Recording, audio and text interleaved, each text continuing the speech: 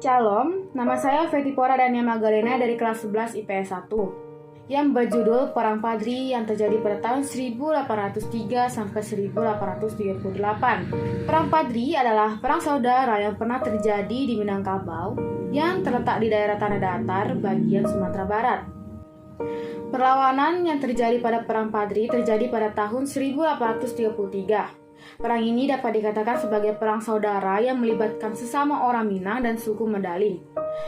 Dalam peperangan ini, kaum Padri dipimpin oleh Harimau Nan Salapan, sedangkan kaum adat dipimpin oleh Sultan Arifin Munangsyah dari Pegaruyung.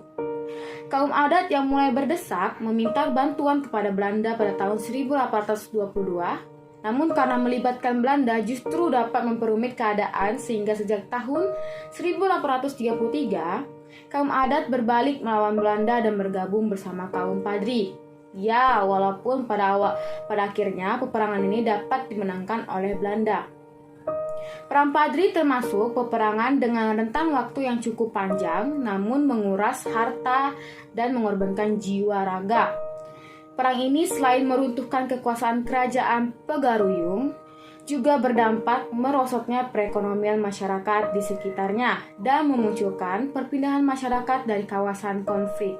Dalam peperangan ini ada beberapa strategi yang dilakukan. Yang pertama ada strategi Belanda.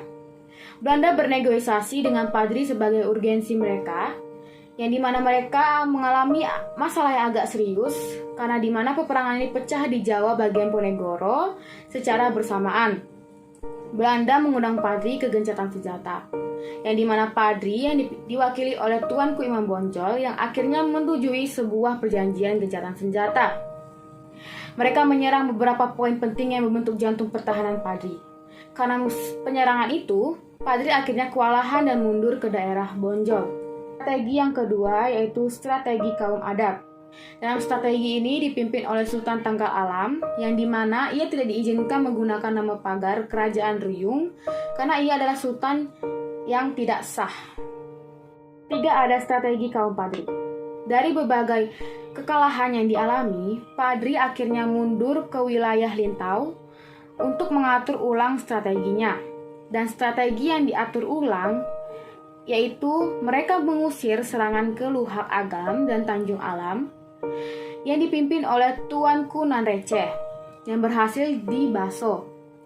Dan mereka juga berhasil mendorong Belanda kembali ke Batu Sangkar karena kaptennya sangat terluka bahkan sampai wafat.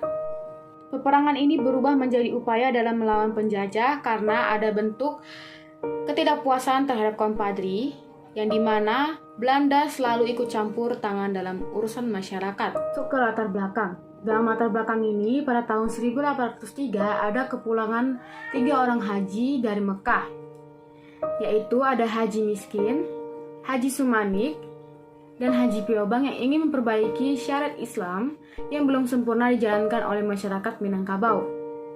Mengetahui hal ini, Tuanku Nan Receh sangat tertarik dan ikut mendukung keinginan ketiga orang haji ini bersama dengan ulama lain di Minangkabau yang bergabung dalam Harimau Nan Salapan. Harimau Nan Salapan kemudian meminta Tuanku Lintau untuk mengajak Sultan Arifin Munangsyah beserta kaum adatnya untuk meninggalkan beberapa kebiasaan yang bertentangan dengan ajaran agama Islam. Dalam beberapa perundingan tidak ada kata sepakat antara kaum Padri dengan kaum adat. Dalam hal itu, Kerajaan Pegaruyung bergejolak, puncaknya pada tahun 1815. Kaum Padri yang dipimpin oleh Tuanku Pasaman menyerang Kerajaan Pegaruyung dan peperangan itu pecah di kota Tangah. Serangan ini menyebabkan Sultan Arifin Munangsyah terpaksa menyingkir dan melarikan diri dari ibu kota kerajaan. Dari catatan Raffles yang pernah mengunjungi Pegaruyung pada tahun 1818 menyebutkan bahwa ia hanya mendapati sisa-sisa istana kerajaan Pegaruyung yang sudah terbakar. Kita masuk ke bagian akhir.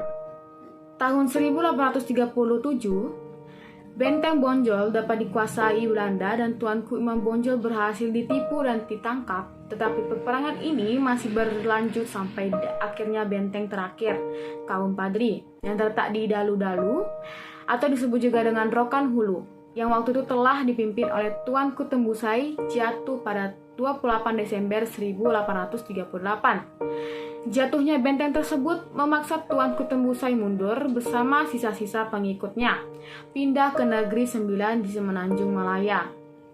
Dan akhirnya peperangan ini dianggap selesai, kemudian Kerajaan Pagaruyung ditetapkan menjadi bagian dari Pax Netlandika dan wilayah Pendangse Bovenlanden yang telah berada di bawah pengawasan pemerintah Hindia Belanda.